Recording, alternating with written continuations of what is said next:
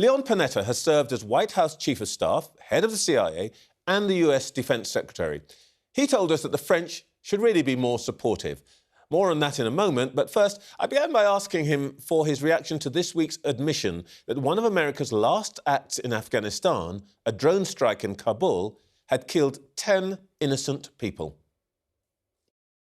It's not good news. Look, drone strikes are weapons of war, and you have to exercise tremendous caution when you're targeting with a drone.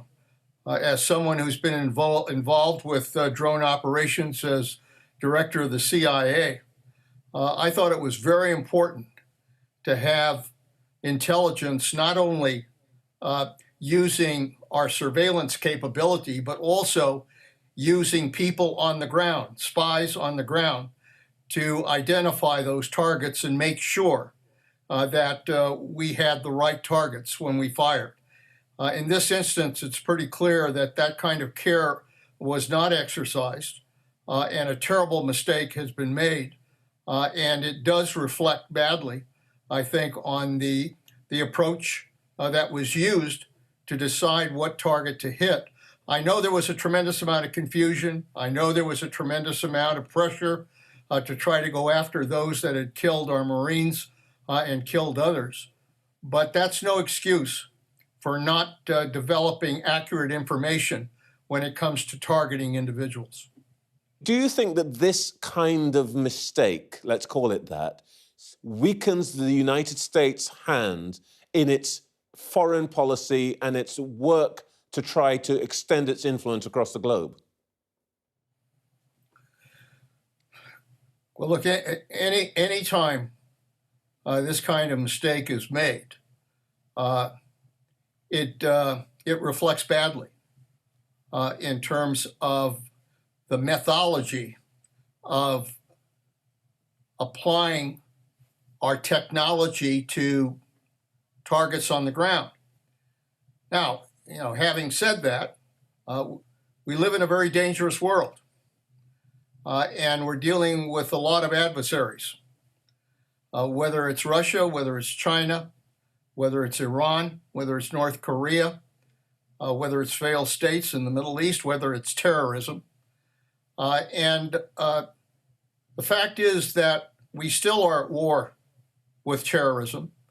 I think the result in Afghanistan is that we have a Taliban that will probably continue to provide safe haven to terrorists like Al-Qaeda and ISIS and the Haqqanis and others.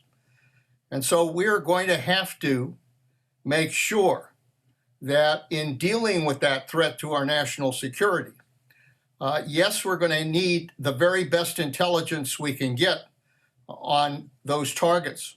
To the extent that a mistake was made here, yes, it's something that we have to worry about. We have to investigate as to what happened, and we have to make sure that it never happens again. Can I turn now to wider issues of foreign policy? Is it fair to say that the Biden administration's foreign policy has just one overwhelming priority: China? Well, there's no question that China is a priority, but I'm not sure you can call it the only overwhelming priority we have. We're probably facing more flashpoints in the world than we faced since the end of World War II, because it isn't just China. It's also Russia, which has become much more aggressive in their actions, particularly towards the United States. Iran is continuing to enrich fuel and is getting closer to the capability of having a nuclear weapon.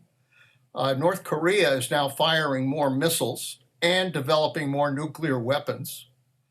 And we are continuing to see terrorism, and we're continuing to see cyber attacks, which is the battlefield of the future. So we're dealing with a lot of threats. And yes, China is one of those.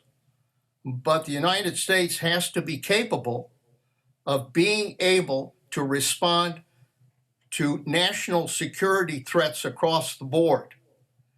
And that means that we have to be strong enough militarily and diplomatically to be able to deal with those challenges. When you were the chief of staff in the White House, your administration was pretty clear on China. It thought that the globalization and economic growth would lead to greater freedom and a different relationship with China and reform in China itself. It hasn't worked out that way, has it?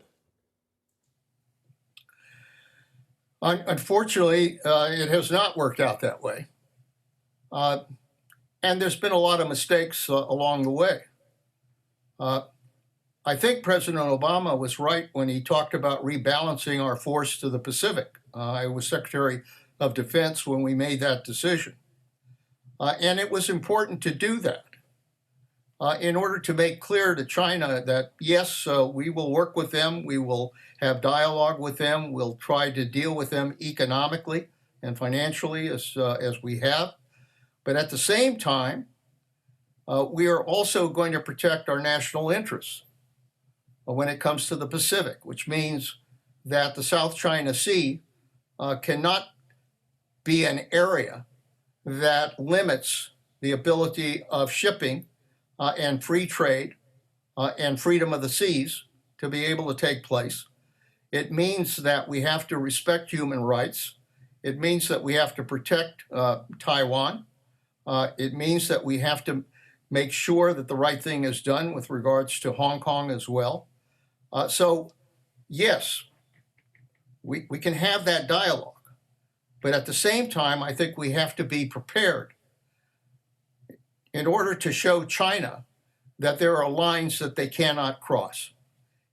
Is the pact signed this week between the United States, the United Kingdom and Australia to provide Australia with nuclear-powered submarines a preparation, as you've just talked about, or is it, as the Chinese are saying, a provocation?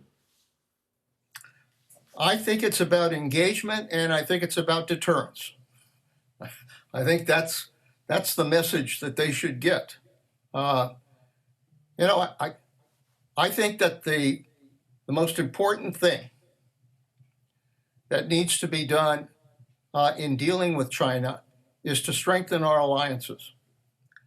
The one thing the Chinese don't do very well is have allies. That's not something that works well for them. Same thing is true for Russia.